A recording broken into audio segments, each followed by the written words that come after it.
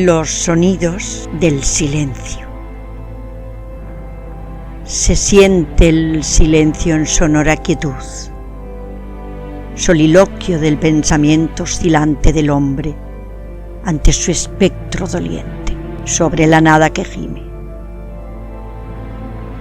Tropeles de sueños, de ecos ahogados en fuego, sufridos y nostálgicos. Hoy remansos armónicos en voces apacibles del silencio, en la tersura de la rosa tallada en el pétalo. Eres viajero de horizontes y auroras en la mente, aunque haya embates que escapen en olas feroces que riñen con peñascos inamovibles, flagelos que hieren y claudican, laureles aquiescentes. Voces del silencio sostenidas y reminiscentes, en mágico éxtasis de euforias en destellos.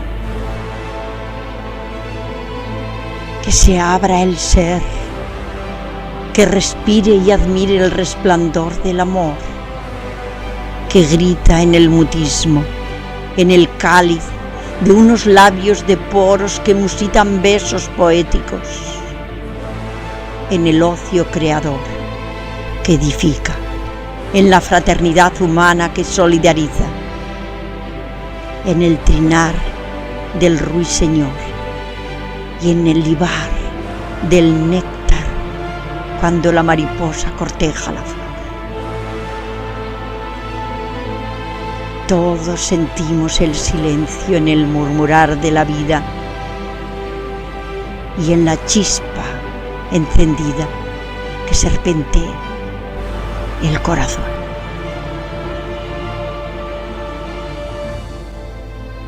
Autor del poema Rivera Ángel, Puerto Rico.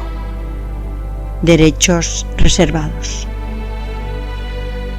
Declamado en la voz de Olga Castells.